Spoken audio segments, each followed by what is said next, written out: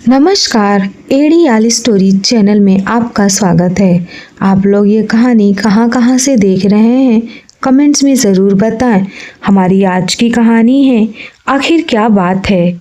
सूरज निकलने में अभी कुछ वक्त और था।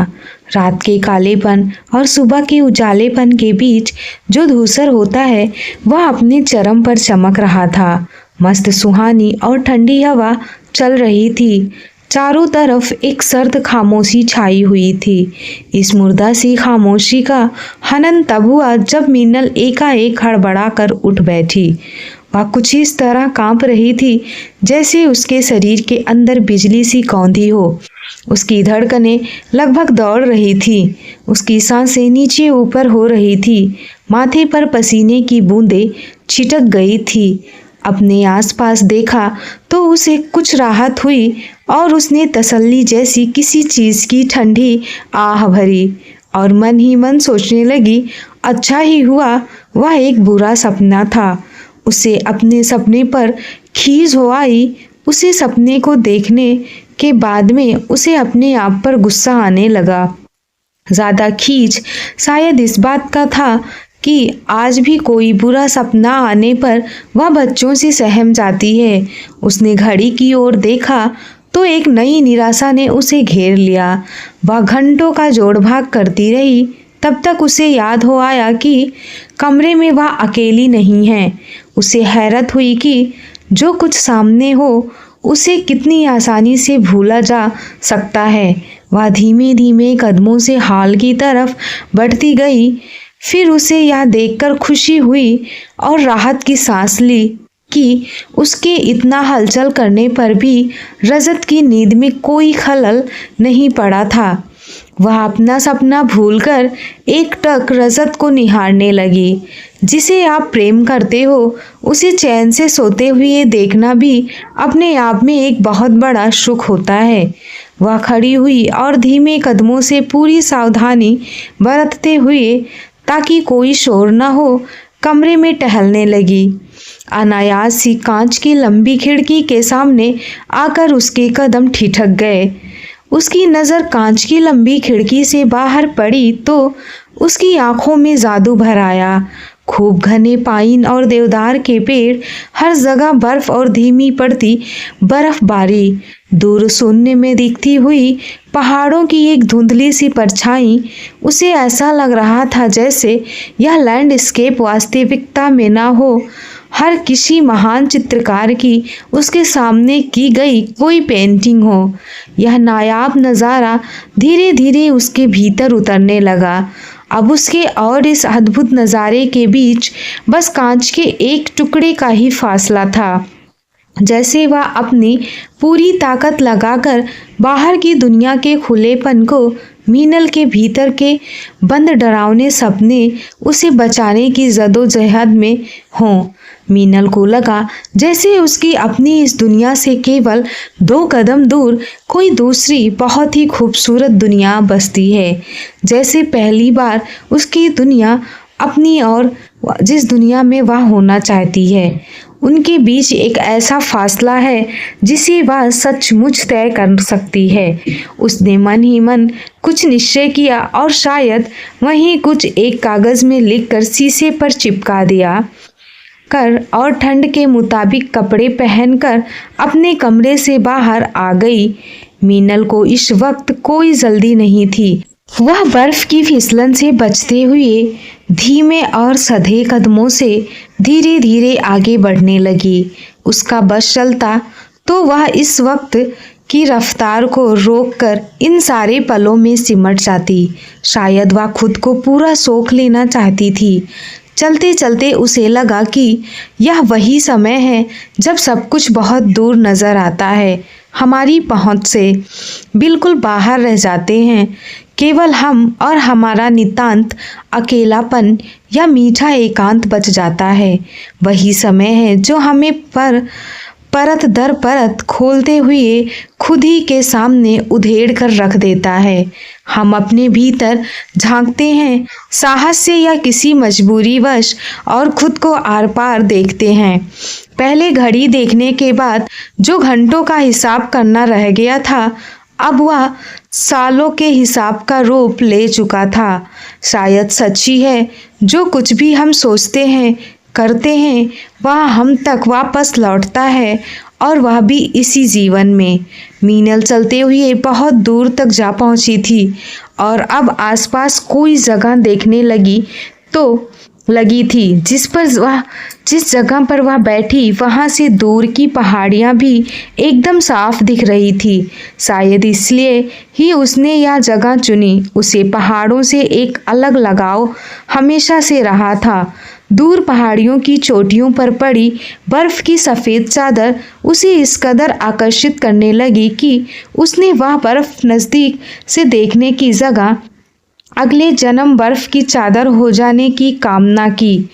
होने को तो जिस पगडंडी पर चलकर वह इस जगह तक आई थी, ढेर सारा बर्फ वहां भी जमा था, लेकिन उसकी सतह से वह साफ सफ़ेद होने की जगह धूल से मटमैली हो दागदार सी प्रतीत होती थी। यही कारण रहा होगा जिसकी वजह से इस बर्फ ने उसे इस कदर प्रभावित नहीं किया। ना ही उसने इस बर्फ से गोले बना हाथों से कुछ खेलने की कोशिश की और ना ही इसे छूकर इसके ठंडेपन को महसूस तक किया। वह उसके होने को जैसे नकार कर बिना कोई दिलचस्पी दिखाए आगे बढ़ती गई थी। शायद जब हम किसी चीज़ को दूर से देखते हैं तो उस अनजान के झुरमुट में भी कुछ सुखद होने की आशा ही हमें भ्रमित करती है। जब तक हम उस अनजान को नहीं जानते और उसके पास नहीं पहुंच जाते, हमारा यह भ्रम बना ही रहता है। और जैसे ही हम उस अनजान के नज़दीक पहुंचते हैं, हमारा यह भ्रम कुछ यूं ही बिखरता है, मानो भीतर बहुत कुछ टूट गया हो। ऐसा टूट गया हो जो किसी की नज़र में आने का मोहताज नहीं होता, जिस टूट को केवल हम देख सकते हैं, जिसकी पीड़ा केवल और केवल हम खुद महसूस कर सकते हैं। पहाड़ों के सौंदर्य और सुनहरे पुराने दिनों के बीच जरूर कोई अदृश्य लेकिन घनिष्ठ रिश्ता होता है, एक ऐसा रिश्ता जिसमें कभी गांठें नहीं पड़ती। मीनल को भी पहाड़ों की गोद में बैठे बीते किस्से याद हो आए। जीवन भले ही गंदे पानी के तालाब की तरह ही क्यों ना रहा हो, उस गंदे से गंदे कीचड़ के बीच भी कुछ हसीन यादें दिलकश कमल की तरह उगी आती हैं।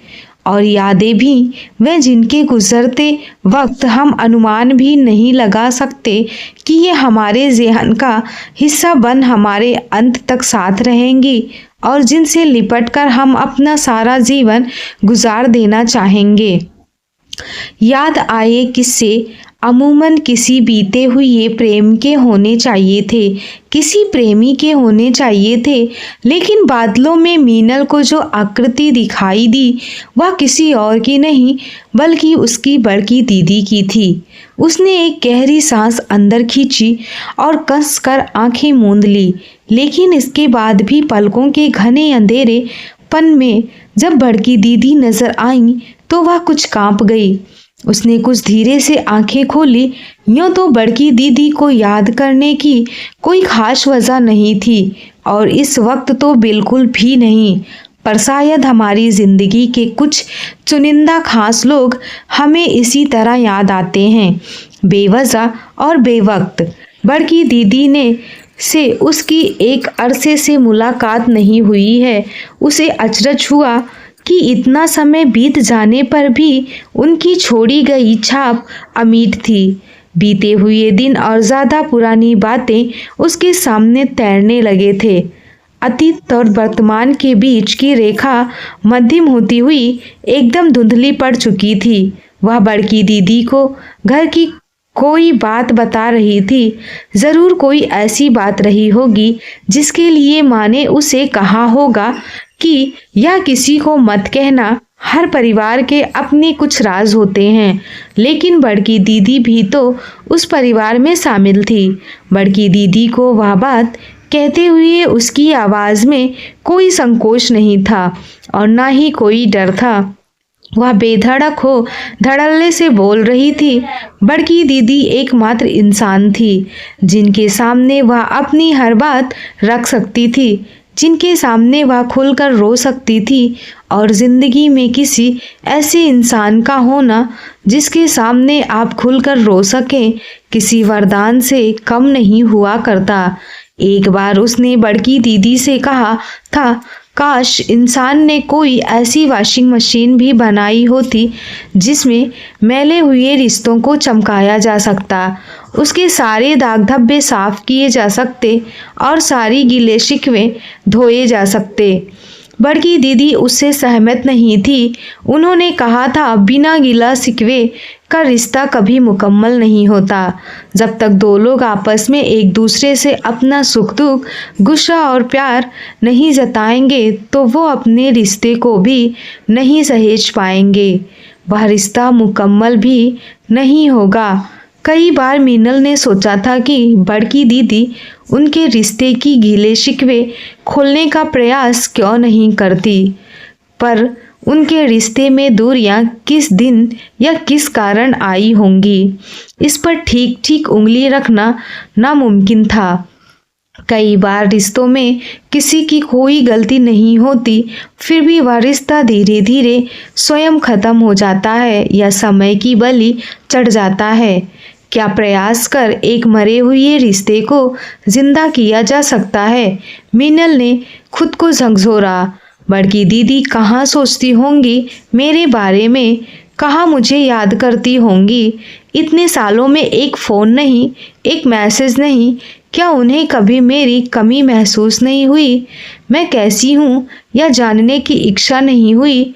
इतनी खट्टी मीठी स्मृतियाँ, साथ बिताए साल, क्या सब कुछ? सवाल खुद से था तो जवाब भी खुद ही देना था। लेकिन मैंने भी किया उनसे संपर्क। शायद उन्होंने भी कई दफ़ा सोचा हो पर ना कर सकी हो।